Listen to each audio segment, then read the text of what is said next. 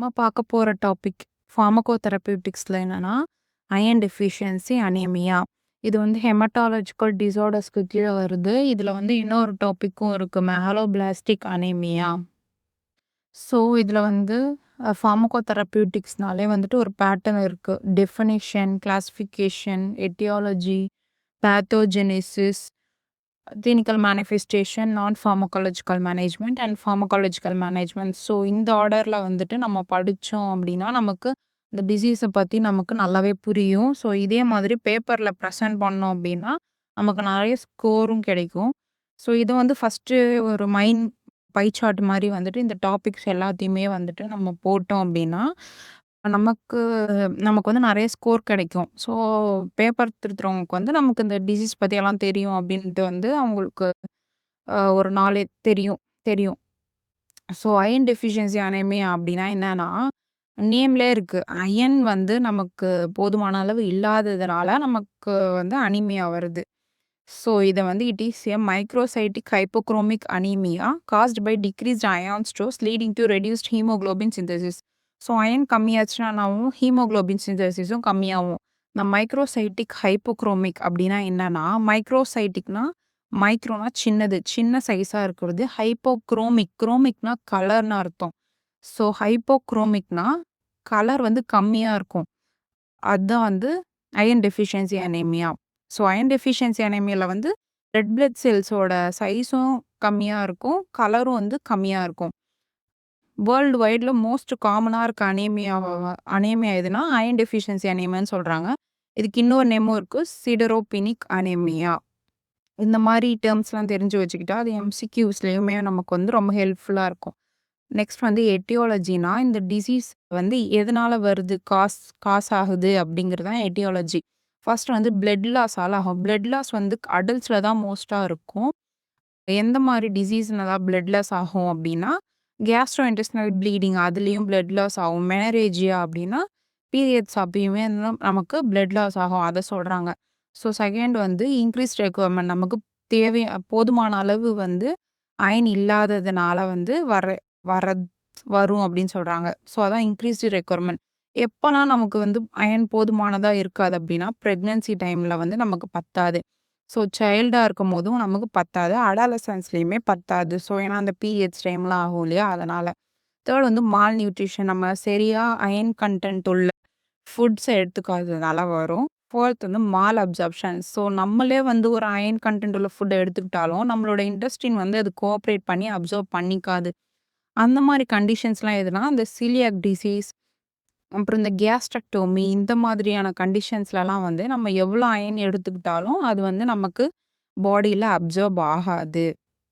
ஓகேவா? இது எல்லாமே வந்து எட்டியாலஜியில் வரும். நெக்ஸ்ட் வந்து பேத்தோஜெனிசிஸ்.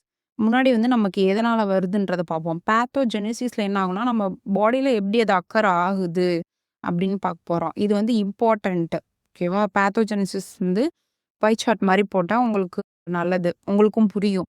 ஃபஸ்ட்டு வந்து அயன் நமக்கு டெஃபிஷியன்சியாக இருக்குது. அதனால் என்ன ஆகும், ஹீமோகுளோபின் சிந்தசிஸ் கம்மியாகும். ஹீமோகுளோபின் எதுக்கு வேணும், நமக்கு வந்து ஆக்சிஜனெல்லாம் டிரான்ஸ்போர்ட் பண்ணுறதுக்கு வேணும். அது அங்கே நடக்காது. ஸோ இதை வந்து மைக்ரோசைட்டிக் ஹைப்போக்ரோமிக்னு ஏன் சொல்கிறாங்கன்னா, ஹெச்பி சிந்தசிஸ் இல்லைன்னா ஆட்டோமேட்டிக்காக வந்து மெச்சூர் ஆகாமல் செல் வந்து சின்ன சைஸாக இருக்கும். ஸோ ஹைப்போக்ரோமிக்காகவும் இருக்கும். நெக்ஸ்ட் வந்து ஆக்சிஜன் கேரிங் கெப்பாசிட்டி, நான் ஆல்ரெடி சொன்ன மாதிரி அதுதான் வந்து அனீமியாவுக்கு லீட் ஆகுது. நெக்ஸ்ட் கிளினிக்கல் மேனிஃபெஸ்டேஷன்ஸ்னால் என்னென்னா, நமக்கு இப்போ அயன் டெஃபிஷியன்சி அனீமியா இருக்குது. ஓகேவா? இப்போ அதை நம்ம எப்படி கண்டுபிடிக்க முடியும், அதுதான் கிளினிக்கல் மேனிஃபெஸ்டேஷன்ஸ். சிம்டம்ஸ் வச்சு கண்டுபிடிப்போம் இல்லையா, அதுதான். ஜென்ரலாக எப்படி இருக்கும் அப்படின்னா, நமக்கு ஃபேட்டிக், டயர்ட்னஸாக இருக்கும், பேலராக இருக்கும். பேலர்னா ஒன்றும் இல்லை, ஃபேடாக வருது ஸ்கின் கலரு. ஸோ வீக்னஸ், டிசீஸ்னஸ்னால் தெரியும், தலை சுத்தல். ஸோ கேரக்டரிஸ்டிக் சைன்ஸ்னால் என்னென்னா, ஸ்பெசிஃபிக்காக இது எல்லாமே வந்து இருக்கும். கொய்லோனிக்கியா அப்படின்னா ஸ்பூன் ஷேப்டு நெயில்ஸு. ஸோ இந்த அயன் டெஃபிஷியன்சியாக இருக்க பேஷண்ட்ஸ்க்குலாம் வந்து ஸ்பூன் ஷேப்டில் நெயில்ஸ் இருக்கும். ஆங்குலர் செரிட்டிஸ்னால் மவுத்தோட கார்னர்ஸில் வந்து நமக்கு புண்ணு, காயம் வந்து ஏற்பட்டிருக்கும். கிளாசிட்டிஸ்னால் வந்து இன்ஃப்ளமேஷன் ஆஃப் டங். இந்த பிக்கா அப்படின்றது ரொம்ப இம்பார்ட்டன்ட். அப்படின்னா என்னென்னா, நான் ஃபுட் ஐட்டம்ஸ். ஸோ அந்த கிளே, இந்த சாக்பீஸ்லாம் பார்த்தா சாப்பிடணும் போல் இருக்கும் இல்லையா, அதெல்லாம் அயன் டெஃபிஷியன்சியோடது. இது வந்து நான் வந்து அதே கிளினிக்கல் மேனிஃபெஸ்டேஷனா டயகிராமா போட்டிருக்கேன். ஸோ ஃபேட்டிக் டயர்டா உட்காந்துருக்கான் அந்த பையன். பேல் ஸ்கின் அதான் பேலர்ன்னு சொன்னேன் இல்லையா? ஃபேட் ஆகுது skin. Shortness of breath, palpitations இருக்கும், கொயிலோனிக்கியா. ஸோ டயகிராம் பார்த்தா கொஞ்சம் ஞாபகம் வரும். அதனால அதை இன்க்ளூட் பண்ணேன். நெக்ஸ்ட்டு டயக்னீசிஸ். இப்போ வந்து நமக்கு இந்த சிம்டம்ஸ் பார்த்து கண்டுபிடிப்போம். இதுதான் கன்ஃபார்ம் பண்ணா நம்ம போய் லேப் டெஸ்ட் குடுப்போம் இல்லையா? டயக்னீசிஸ்ல என்ன பண்ணுவாங்கன்னா, கம்ப்ளீட் பிளட் கவுண்ட் எடுக்கும்போது நமக்கு ஹீமோகுளோபின் லெவல் கம்மியா இருக்கும்.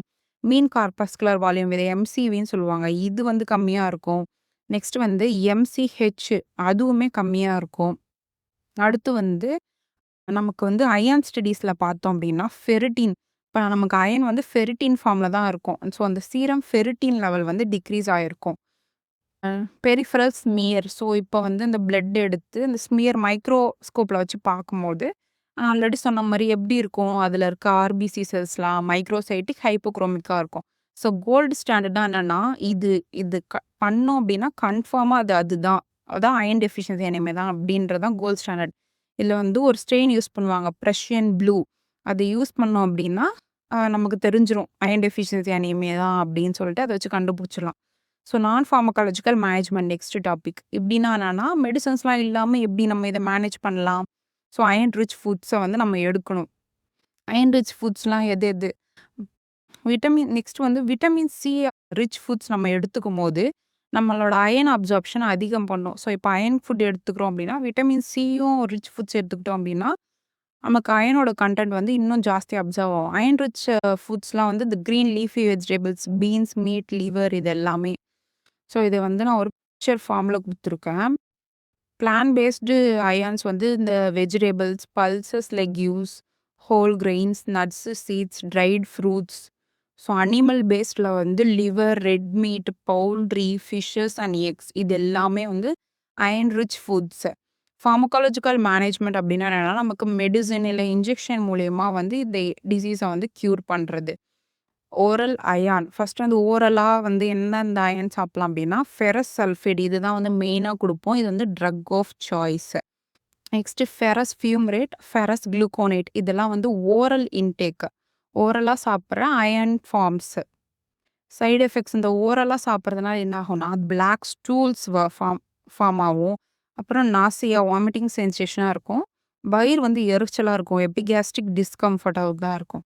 ஸோ பேரண்ட்ரல் அதாவது இன்ஜெக்ஷன் மூலயமா எடுத்துக்கிறது நமக்கு. First iron sucrose. Iron sucrose தான் வந்து மெயினாக யூஸ் பண்ணுவோம். மேஜராக எல்லா ஹாஸ்பிட்டலுமே அயன் சுக்ரோஸ் தான் யூஸ் பண்ணுவாங்க. செகண்ட் வந்து ஃபெரிக் கார்பாக்சி மால்டோஸ். பேரண்ட்ரல் எப்போ நம்ம யூஸ் பண்ணுவோம் அப்படின்னா, ஓரல் இன்டாலரன்ஸ் நம்ம ஓரலாக எடுத்துக்கிட்டோம் அப்படின்னா, அது வந்து நமக்கு ஒத்துக்காமல் போகிறதுனால மால் அப்சார்ப்ஷன். ஸோ இன்டெஸ்டினில் தானே அப்சார்ப்ஷன் நடக்கும். ஓரலாக எடுத்துக்கிட்டோம்னா அப்சார்ப்ஷன் நடக்கணும். So mall absorption, severe deficiency ரொம்ப அந்த ப்ரெக்னன்சி டைம்லலாம் வந்து நமக்கு ரொம்ப டெஃபிஷியண்ட்டாக இருக்கும். மென்ஸ்ட்ரல் லாஸ் அப்பயும். ஸோ அப்போலாம் வந்து நமக்கு இன்ஜெக்ஷனாக கொடுப்பாங்க. அந்த அயன் சுக்ரோஸ் தான் இன்ஜெக்ஷனாக கொடுப்பாங்க. ஸோ அயனை பற்றி நம்ம தெரிஞ்சுக்கணும் இல்லையா? அது ரொம்ப முக்கியம். ஸோ அயன் வந்து எங்கே நமக்கு அப்சர்வ் ஆகும்? இன்டெஸ்டினில் உள்ள டியோடனம் அண்ட் ப்ராக்சிமல் ஜெஜினம்ன்ற பார்ட்டில் தான் வந்து அயன் அப்சர்வ் ஆகும். அப்புறம் அயன் எப்படி ஸ்டோர் ஆகிருக்கும் நம்ம உடம்புல?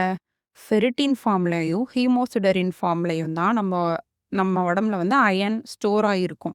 ஸோ நெக்ஸ்ட் அயன் வந்து ஒரு இடத்துலேருந்து இன்னொரு இடத்துக்கு ட்ரான்ஸ்ஃபர் பண்ணணும் இல்லையா? அது எது பண்ணும் அப்படின்னா, டிரான்ஸ்பரின் அப்படின்ற ஒரு ப்ரோட்டீன் தான் பண்ணும்.